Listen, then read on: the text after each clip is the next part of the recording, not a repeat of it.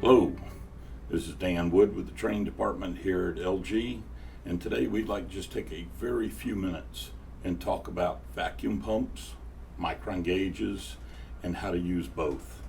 We're also going to do a little science for you just to show some things that we find here at the training department where guys might have been doing this, but they don't quite understand what's happening and how it's happening. First thing, our vacuum pump. The vacuum pump is designed to remove moistures and non-condensables from the seal system so that when we recharge the system works properly. Now, I ask a lot of students, how do we get moisture out of the system? Well, the pump sucks it out. And I usually reach over and grab my glass and I say like this. And they're like, well, I guess. They don't understand the science behind it. What we're doing is the vacuum pump is actually reducing the pressure in the seal system to allow us to boil water at room temperature. As that water turns into a vapor, the vacuum pump can now suck that vapor out of the system and exhaust it into the air. Another misconception we hear is, oh, these vacuum pumps are too small. The industry standard for residential, even through like commercial, is a 6 CFM or smaller. The reason, we all should know from basic refrigeration that as pressures drop, temperatures drop.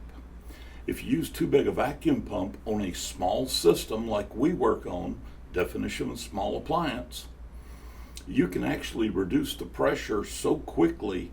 You take the water in the system and turn it to ice. Then the ice can never be pulled out. You're going to charge the system, and then you've got moisture in the system, and you're going to have problems. So the first thing I'm going to do today is actually give you a demonstration showing boiling of water just using a vacuum pump. But before I get there, I also want to tell you, your vacuum pump, you've got to maintain it. Just this morning I changed my oil and then I realized I should have kept the old oil.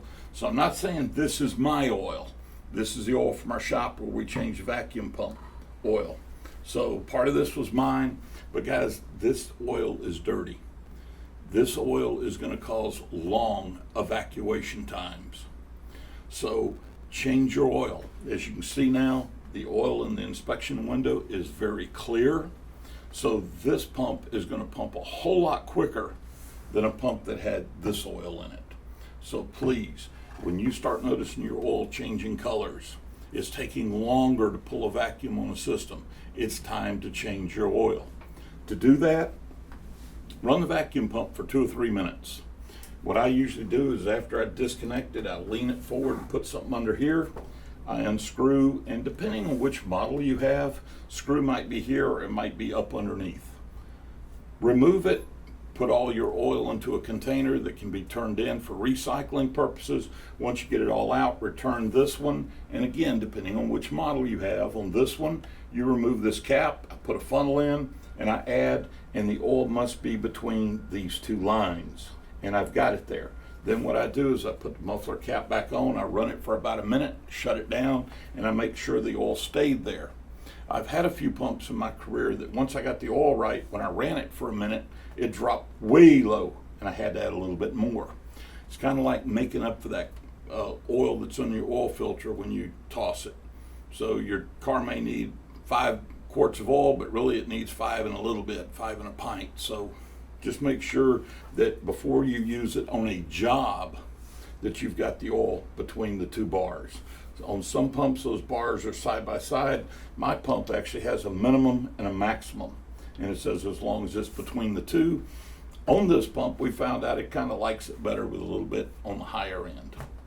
So maintain your pump. So next, we've got our Micron gauge. Now when we talk about using the Micron gauge, when you hook up your Micron, and guys, you could have a longer hose. I'm not going to get into how to set this up. I'm just going to tell you, you need a way to connect your Micron gauge to the vacuum pump, then be able to connect to your hoses. And you need a way to isolate the pump from the system you just pulled down. And that's why I've got this little valve here. So once I get the required micron level, I can shut that off, and then for the next 5 or so minutes, I can monitor.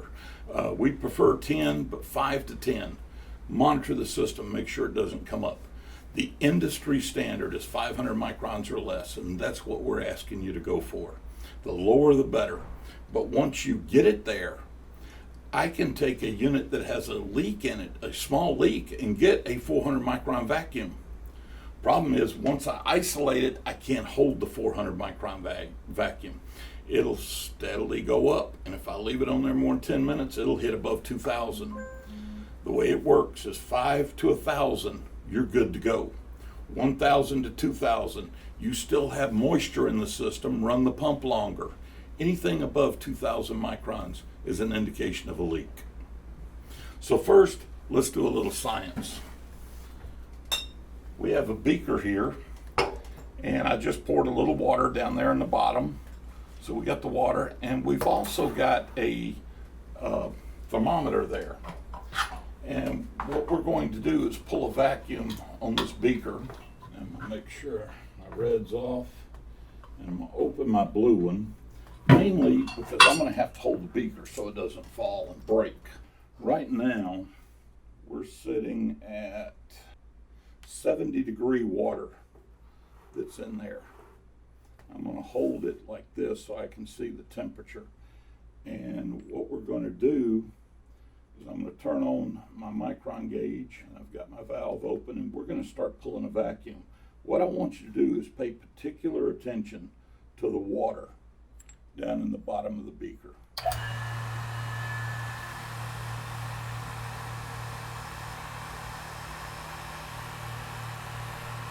We're at about 2,300 microns, and my water's already started to boil a little. My temperature's dropped to about 64 degrees. As we learned in refrigeration, when pressure goes down, temperature goes down. So the lower I boil this, the more the water's going to boil.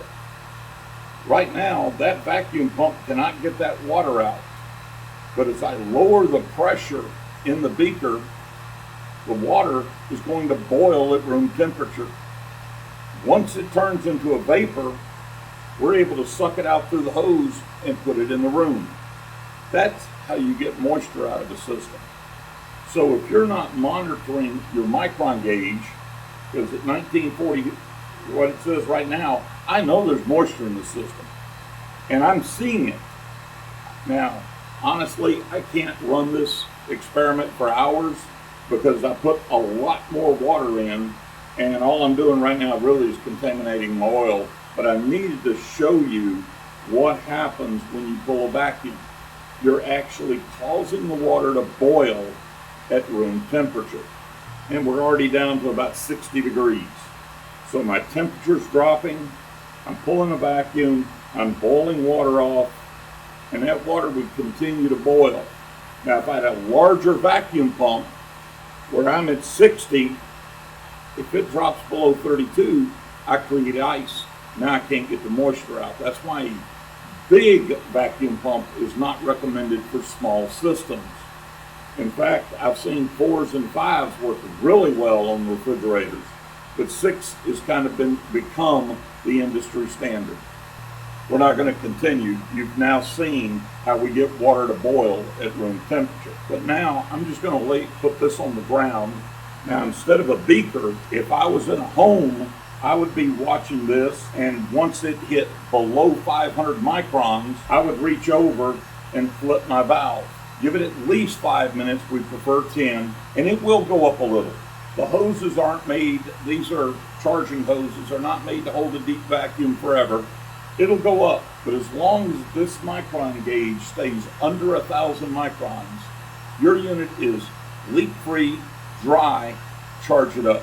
Now, if it goes above 2, it's telling me I've got a leak. So please, in conjunction with a properly running vacuum pump, a Micron gauge, you can do a better job with your seal systems and have less reclaims. Hopefully this little tip and training this morning will help some of you out to get better numbers out in the field. From the training department, my name's Dan. Be safe out there.